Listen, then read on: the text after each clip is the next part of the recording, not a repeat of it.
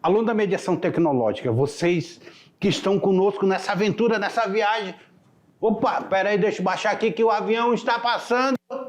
E esse avião, apesar de ser um avião de guerra, mas aqui na mediação é o avião do conhecimento, porque nós estamos voando para o conhecimento. Nós estamos voando para essas aulas de história, que vocês estarão acompanhando conosco, para vocês conhecerem um pouco mais sobre esse nosso contexto histórico.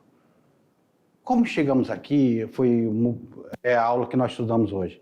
Mas na tela para vocês, que agora nós vamos fazer a revisão dessa aula.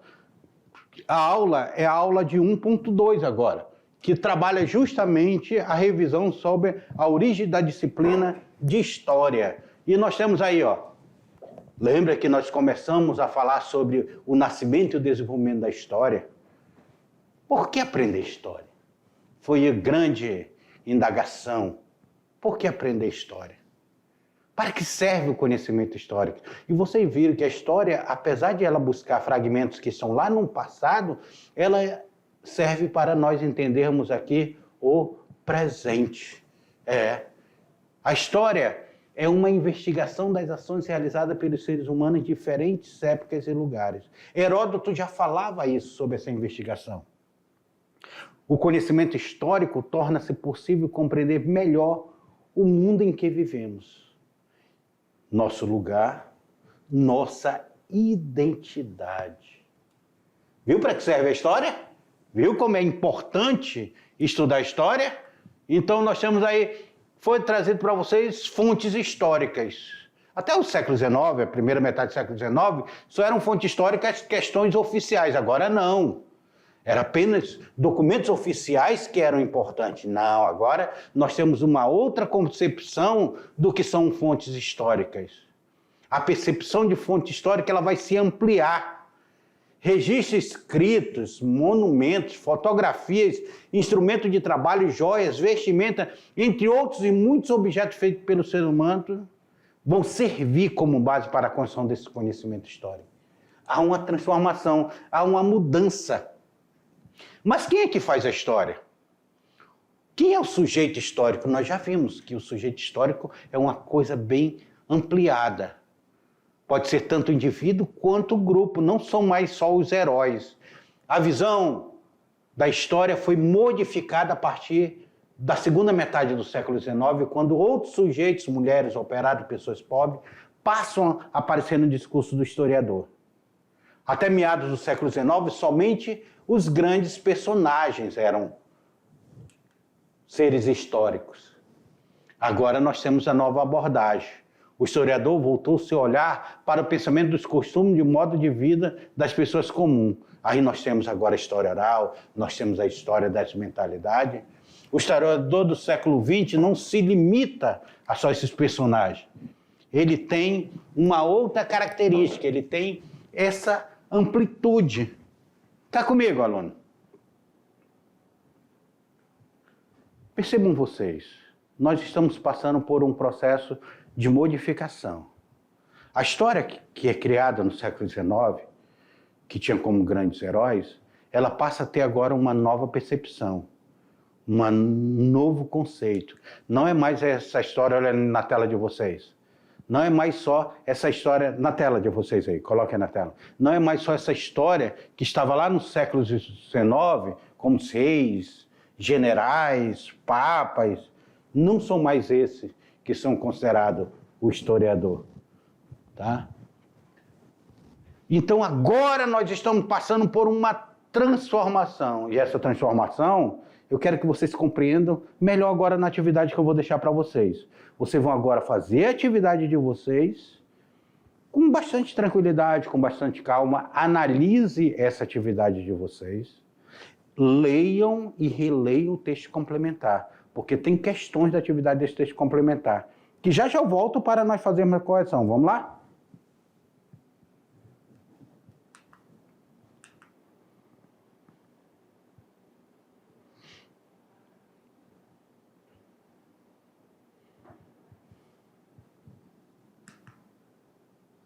E aí? Foi ali tomar um cafezinho enquanto vocês faziam atividade? Estava difícil? Não, né? Mas, lembrando vocês, esquece, aluno, esquece ensino fundamental. Esquece. Agora ensino médio. Agora, tudo que eu e o professor Lorimar, nós falarmos aqui, você vai notar. Tudo. Você vai pesquisar. Você vai ler textos complementares. Aqui vocês estão agora na mediação tecnológica. No ensino médio da mediação tecnológica. É o momento de vocês estarem se preparando. Você, aluno, vai estar se preparando para daqui a um dia fazer o Enem. Então, nós estamos num processo de transformação. Juntamente com isso aqui, vocês estarão conosco nas trilhas de aprofundamento, nas eletivas, e até chegar o terceiro ano, vocês estarão aí nessa nova formação aí do novo ensino médio, mas dentro das aulas de história. Então, as aulas de história, como houve uma diminuição da nossa carga horária, de 80 para 40, eu estou trabalhando com vocês textos complementares que vão ampliar o conhecimento de vocês dentro desses processos históricos que nós estaremos trabalhando. Então, toda aula nós teremos textos complementares, daqui até o final do nosso módulo. Acredito que no máximo 1 ou 2 aulas possam não ter texto complementar, mas toda aula eu procurei colocar textos complementares para aumentar o conhecimento de vocês. E a atividade que vocês fizeram são atividades que já estão preparando vocês para o Enem. A construção dessa atividade, por isso que vocês vão ver elas enunciadas com textos grandiosos, para vocês já se adaptarem a ler para o Enem, a fazer leitura para o Enem. Porque no Enem vocês terão aí menos de 3 minutos para fazer cada questão. Já pensaram nisso? Então vocês vão ter que também treinar a habilidade de vocês. Isso daqui é tipo uma competição. Você treina competências e habilidades o tempo todo, aí você está treinando competências e habilidades para você chegar no Enem, arrasar, aí eu tenho o nome de vocês e tal, colocar no meu Instagram. Falar nisso, Professor Beto, lá no Instagram, sigam lá, Professor Beto Reis, lá no Instagram, acompanhem nosso trabalho lá, que eu posto de vocês, posto sobre nossas aulas, posto questões históricas. Acompanhem nós lá na tela para vocês que nós vamos começar a atividade que começamos pela atividade de número 1. Apesar de trabalhar com dados que se encontram em tempo passado, a ciência histórica é uma importante ferramenta para que possamos pensar a situação presente do homem. Sempre que nos voltamos àquilo que já foi feito, procuramos informações e desdobramentos daquele ato em nosso tempo presente. De tal forma, tem grande importância na reflexão das experiências vividas e na obtenção de respostas que possam reorientar nossas ações e comportamentos. Olha o texto que nos é trabalhado para ver essa pergunta. Sobre o conhecimento histórico, é correto afirmar? O que é correto afirmar aqui sobre o conhecimento histórico? A história não passa em uma área de conhecimento preocupada com estudar o passado? O que vocês acham? Ela não passa nessa área de conhecimento? Ela não estuda o passado? Os fatos históricos só podem ser reconhecidos nas ações de grandes acontecimentos e personagens? É só isso que o fato histórico pode ser reconhecido? O que vocês acham?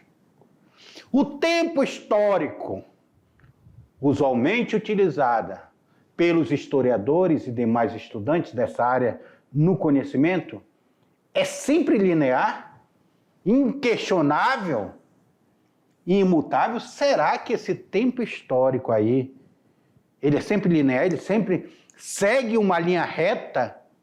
Ele não pode ser questionado e não pode ser imutável? E aí, o que vocês acham? A relação do historiador com o passado acontece através do trabalho com as chamadas fontes históricas, essas fontes são apenas as escritas? Não, lembra que nós falamos de fontes históricas? O conhecimento histórico torna possível compreender melhor o mundo em que vivemos, o nosso lugar, ou seja, a nossa identidade. E aí, alunos? Vem cá comigo, vem cá comigo. O que vocês acharam dessa questão aí? Tranquila, não foi? Porque ela reporta lá aquele primeiro momento que nós estamos estudando lá no slide, sobre o tempo histórico. O tempo histórico, o conhecimento histórico, ele torna-se possível a compreensão melhor desse mundo que nós vivemos. Como é que eu vou compreender o que está aqui atrás de mim, essas fotografias, se eu não consigo compreender esse momento histórico que isso aconteceu? Você pega a fotografia lá do seu pai e da sua mãe, você pergunta para ele, quando foi isso que aconteceu? Não é isso? Então, quando a gente compreende o momento histórico, a gente compreende melhor o que vivemos, o nosso lugar, nossa identidade. Nós começamos a nos compreendermos melhor, enquanto seres históricos. Então, a resposta correta é a letra, na tela para vocês, é a letra E. Muito bem, aluno. Vamos para a segunda? A segunda é mais fácil. Segunda, eu coloquei o mamão com açúcar aí para vocês. Registros escritos, monumentos, fotografias, instrumentos de trabalho, joias, vestimentas, entre outros, muitos objetos feitos pelo ser humano, que serve como base para a construção do conhecimento histórico. Tudo isso faz parte de quê? Das fontes históricas, das fontes orais, nova abordagem da história, objetos da pré-história ou sujeito histórico. O que é isso daqui? Registros escritos, monumentos. O que são eles, hein? Vem cá, alunos, me responda. Não fuja não da resposta, me responda aí. O que são? Lembra que nós, quando falamos sobre fonte histórica, nós falamos que lá no século XIX, no início do século XIX, quando a história é criada, enquanto ciência, as fontes históricas eram fontes escritas. Eram consideradas fonte histórica aquilo que era escrito, principalmente cartas, decretos oficiais. Eles eram considerados essas fontes históricas. Só que houve uma mudança dentro dessas fontes históricas. Elas passaram a ter uma nova concepção de fonte histórica. Não são só as escritas. Agora a fonte ela se ampliou. Então, por isso que a resposta correta é fontes históricas, aluno. Vamos lá para a terceira. A terceira é mais complexa. A partir da leitura do texto complementar, olha lá, lembra que eu falei para vocês? O texto complementar entrando aqui na nossa atividade, vai entrar também nas nossas avaliações. A partir da leitura do texto complementar, observe que a cultura material e imaterial representam dois tipos de patrimônio cultural, o que junto constitui a cultura de determinado grupo. Sobre a cultura material e imaterial, marque a questão correta. Sobre a cultura material e imaterial. A cultura material está associada a elementos materiais e, portanto, é formada por elementos palpáveis e concretos, por exemplo, danças, obras de arte, manifestações culturais, comidas e igrejas. Eita, será que são instrumentos palpáveis? A cultura material abrange a cultura imaterial, abrange grupos de construções isolados ou reunidos que, em virtude de sua arquitetura, unidas à integração da paisagem, têm valor universal excepcional do ponto de vista da história, da arte ou da ciência. A cultura imaterial é formada por elementos abstratos que estão intimamente relacionados com as tradições. Aqui está falando de imaterial. Práticas, comportamentos, técnicas e crenças de determinado grupo social e é transmitida de geração em geração. Ou nosso país não possui diversidade cultural, ou seja, cada região no país representa as mesmas características culturais e históricas. Será? Isso faz com que o Brasil atinja um unificado elemento pertencente ao patrimônio cultural e material e imaterial? Será que tem O chimarrão do Rio Grande do Sul é igual o do Pará? Roda de capoeira, Ciro de Nazaré, carnaval, samba, samba de roda, frevo, tudo isso é exemplo de cultura material no Brasil? Meus queridos, vem cá comigo. O texto complementar de vocês trabalhou sobre cultura material e imaterial. O que são bens materiais? Bem material é aquilo que é palpável, aquilo que você é visível. A festa do divino é um bem material? Apesar de você estar vendo, não, ele está dentro do imaterial. Porque ele é uma festa, tem uma simbologia, tem todo um contexto que você não consegue ver. Tem a fé, que é o principal elemento que você não consegue ver. Então é uma cultura imaterial. A dança é uma cultura imaterial. O material está ali, ó. Um prédio, Estrada de Ferro Madeira Mamoré, é material. As Três Caixas d'Água, o Forte Príncipe da Beira. Ali em Ji-Paraná, nós temos ali o Museu das Telecomunicações, que é o Museu Rondon, é material. Nós temos em Vilhena também o Museu Rondon lá, material. Mas a dança pomerana é material? Essa cultura?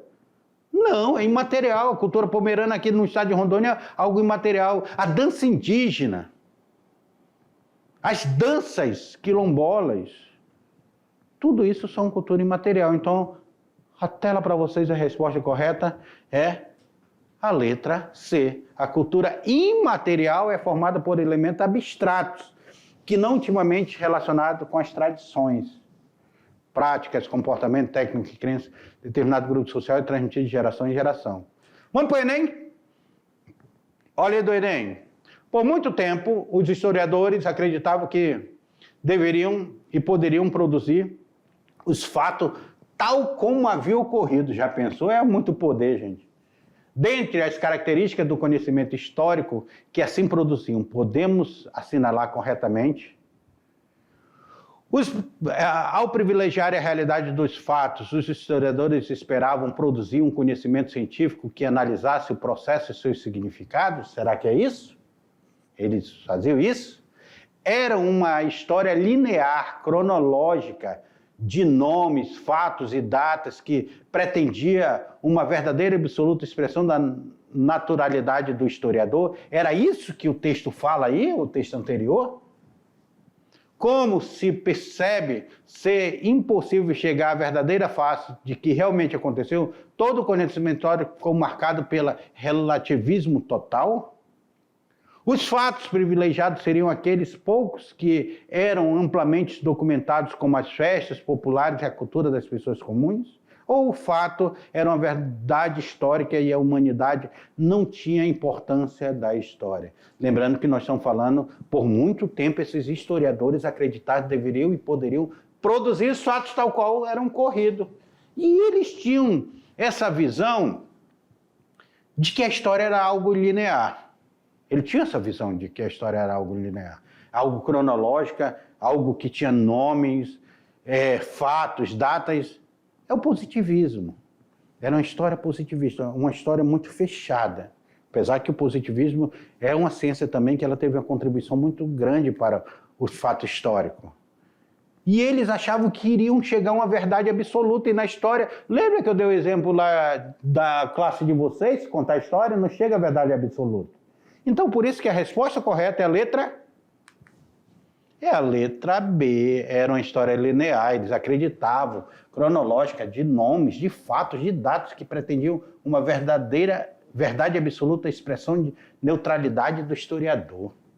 Eles acreditavam nisso. Ah, professor, tem material pré-requisito para a próxima aula? Tem.